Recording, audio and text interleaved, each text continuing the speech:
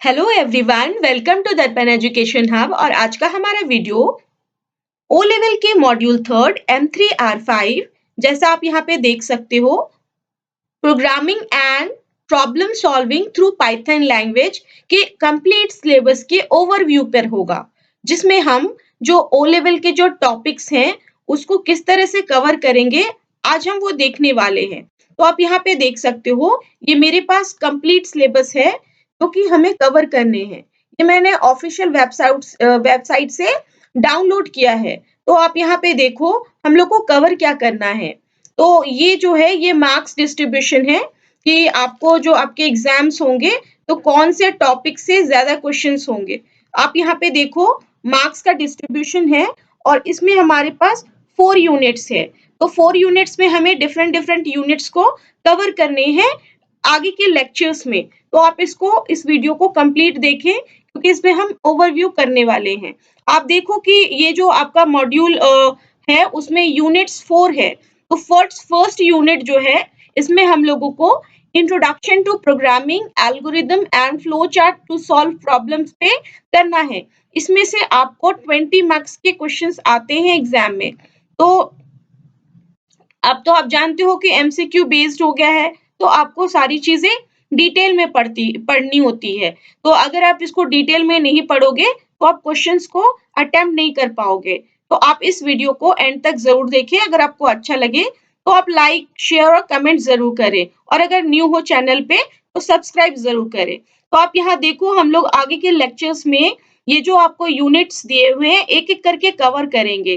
तो यूनिट 1 से 20 मार्क्स के क्वेश्चंस आते हैं, और यूनिट 2 जो है जिसमें आपको introduction to Python, operators, expressions and Python statements, ये सारी जो टॉपिक्स है इनको कवर करना है, और ये 30 मार्क्स का होता है।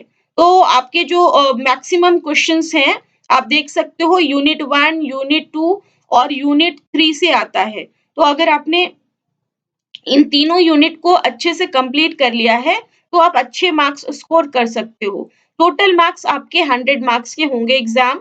और लास्ट का ये यूनिट आप देख रहे हो ये नम पाई है। तो इसमें से बहुत कम क्वेश्चन आता है, लेकिन इसको भी हम लोग कवर करने वाले हैं। तो आप देखो कि आपको क्या क्या चीजें पढ़नी है नेक्स्ट आगे के मॉड्यूल में। आप यहाँ पे देखो, आपको डिटेल सिलेबस दिख रहा होगा। डिटेल सिलेबस में यहाँ पे आपको क्या क्या पढ़ना है। तो इसमें आपको यूनिट 1 जो है इसमें सबसे पहले पढ़ना है बेसिक मॉडल ऑफ कंप्यूटेशंस। तो आप जब प्रोग्रामिंग करना चाहते हो तो प्रोग्रामिंग करने के लिए जो प्रोग्रामिंग के कॉन्सेप्ट्स होते हैं कि प्रोग्राम क्या है, what do you mean by a program, program क्या है, इंस्ट्रक्शंस क्या है, फ्लो चार्ट क्या होता है, एल्गोरिदम्स क्या है, किस तरह से आप किसी भी एक प्रोग्राम में प्रॉब्लम को सॉल्व करते हो, प्रोग्रामिंग लैंग्वेजेस क्या होते हैं, कंपाइलेशन क्या होता है, टेस्टिंग, डिबगिंग एंड डॉक्यूमेंटेशन। इसमें आपको कंपाइलर के बारे में भी जानना है, इंटरप्रेटर के बारे में जानना है। तो ये जो फर्स्ट यूनिट है आपका, इसमें आपको पूरा जो बेसिक पार्ट है वो कवर कराया जाएगा। तो ये आपके लिए बहुत इंपॉर्टेंट है क्योंकि इस यूनिट 1 से आपको बहुत सारा क्वेश्चन एग्जाम में आता है, जिसमें आपको पढ़ना है इंट्रोडक्शन टू प्रोग्रामिंग। और इसके बाद आप देख सकते हो यहाँ पे दूसरी चीज दी हुई है, algorithms, flow charts to solve problems. अब आपको प्रोग्रामिंग लैंग्वेज की मदद से क्या करना होता है, आपको प्रॉब्लम्स को सॉल्व करना होता है। तो प्रॉब्लम्स तो आप ऐसे ही सॉल्व नहीं कर सकते हो, तो उसके लिए कुछ स्टेप्स होते हैं कि किसी भी प्रॉब्लम को कैसे सॉल्व किया जाए। तो प्रॉब्लम सॉल्व करने के लिए आप यूज करोगे पहले एल्गोरिदम्स क्या है, फ्लो चार्ट्स क्या है, एल्गोरिदम्स कैसे क्रिएट किया जाता है, फ्लो चार्ट्स कैसे किया जाता है। अगर आप फ्लो चार्ट बनाना चाहते हो तो आपको कौन कौन से सिंबल्स होते हैं वहां पे, और कौन से सिंबल का क्या काम है, वो सारी चीजें आपको एक एक करके करनी है। तो फ्लो चार्ट्स के जो सिंबल्स होते हैं, एल्गोरिदम्स बनाने के लिए क्या बेसिक्स है, और किस तरह से आप वहां पे काम करते हो, किस तरह से मॉड्यूल, अगर आपको कोई स्टेटमेंट को बार बार रिपीट करना है तो आप क्या करते हो। और आप यहाँ पे देखो कुछ यहाँ पे प्रॉब्लम्स हैं, जैसे बाइनरी कन्वर्जन है। आपको बाइनरी नंबर को डेसिमल में कन्वर्ट करना है और आपको डेसिमल नंबर को बाइनरी में कन्वर्जन करना है। तो ये तो है प्रॉब्लम आपको, तो प्रोग्रामिंग के थ्रू आप इसको कैसे करोगे? अगर आपको सम करना है a plus B is equal to C, हम ऐसे समझते हैं, लेकिन प्रोग्रामिंग में होता क्या है, c is equal to a plus b, left to right नहीं जाके राइट टू लेफ्ट होता है, मतलब ए और बी का जो वैल्यू है वो सी में जाकर स्टोर हो जाता है। तो कुछ आपको बेसिक्स बताया जाएगा और उसके बाद फिर हम धीरे धीरे आगे की तरफ बढ़ेंगे। उसमें आपको रिवर्स कैसे करते हैं इंटीजर को, जो डिजिट्स हैं, आप सम कैसे करते हो, आप मल्टीप्लिकेशन कैसे करते हो, प्राइम नंबर चेक करते कैसे हो, फैक्टोरियल कैसे निकाला जाता है, फिबोनाची सीरीज या सीक्वेंस कैसे किया जाता है, ये सारे प्रॉब्लम्स को हम एल्गोरिदम्स और फ्लो चार्ट की मदद से सॉल्व करेंगे। जब ये कवर हो जाता है, उसके बाद का पार्ट होता है, वो होता है प्रोग्रामिंग का पार्ट। तो प्रोग्रामिंग के पार्ट में हम ये जानेंगे कि पाइथन जो प्रोग्रामिंग लैंग्वेज है, उसमें क्या-क्या चीजें होती है। सबसे पहले हम ये जानेंगे कि पाइथन क्या है, इंट्रोडक्शन टू पाइथन। उसके बाद हम जानेंगे कि अगर हम पाइथन कर रहे हैं, तो उसके टेक्निकल स्ट्रेंथ्स क्या हैं। अगर आप पाइथन सीखते हो तो उसको कहाँ-कहाँ यूज किया जाता है, उसके एप्लीकेशंस क्या क्या है। देन हम जानेंगे introduction to Python interpreter and program execution. जब आप पाइथन के प्रोग्राम्स को बनाना चाहते हो, तो इंटरप्रेटर की मदद से किस तरह से अपने प्रोग्राम को रन कराया जा सकता है। पाइथन प्रोग्रामिंग लैंग्वेज में कमेंट्स क्या हैं, लिटरल्स क्या होते हैं, कॉन्स्टेंट्स क्या हैं, Python built in data types क्या है, इसको कैसे यूज किया जाता है। पाइथन में अगर आप नंबर यूज कर रहे हो, तो नंबर को डिफरेंट डिफरेंट यहाँ पे कैटेगराइज कर दिया गया है, इंटीजर, फ्लोट्स, कॉम्प्लेक्स नंबर्स, जिसको डेटा टाइप कहा जाता है। तो आप यहाँ पे इसके बारे में जानोगे, स्ट्रिंग्स क्या है, स्लाइसिंग क्या है, ये जो छोटे छोटे कॉन्सेप्ट्स आप देख रहे हो, ये सारी चीजों को आपको इंट्रोडक्शंस टू पाइथन में कवर करना होता है। इसके बाद जब हम ये कवर कर लेंगे, तो कवर करने के बाद हमें ये जानना होगा कि अगर हम प्रॉब्लम को सॉल्व करना चाहते हैं, तो सॉल्व करने के लिए कुछ ऑपरेटर्स चाहिए। अगर आप सम करना चाहते हो ए और बी को, 2 प्लस 3 को ऐड करना चाहते हो, तो दोनों को ऐड करने के लिए आपके पास ऑपरेटर है ना? तो इस ऑपरेटर को आप यहाँ पे जानोगे कि कौन-सा ऑपरेटर कौन-कौन सा ऑपरेटर होता है, जिससे हम कैलकुलेशन कर सकते हैं। तो बहुत सारे ऑपरेटर्स होते हैं, वो हम पढ़ेंगे इस टॉपिक में, और एक्सप्रेशंस क्या हैं, पाइथन के स्टेटमेंट्स क्या-क्या होते हैं। तो इन छोटे-छोटे टर्म्स को हम पढ़ेंगे और साथ ही साथ हम जो हमारा प्रोग्राम है, वो भी हम स्टार्ट कर देंगे।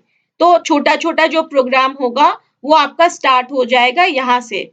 और असाइनमेंट स्टेटमेंट्स क्या हैं, expressions, arithmetic, relational, logical, bitwise, ये सारे ऑपरेटर्स के नाम हैं। तो अरिथमेटिकल जब भी बात होती है, तो प्लस, माइनस, मल्टिप्लिकेशन, डिवीज़न, ये सारे जो ऑपरेटर्स आते हैं, ये मैथमेटिकल या अरिथमेटिकल ऑपरेटर्स कहलाते हैं।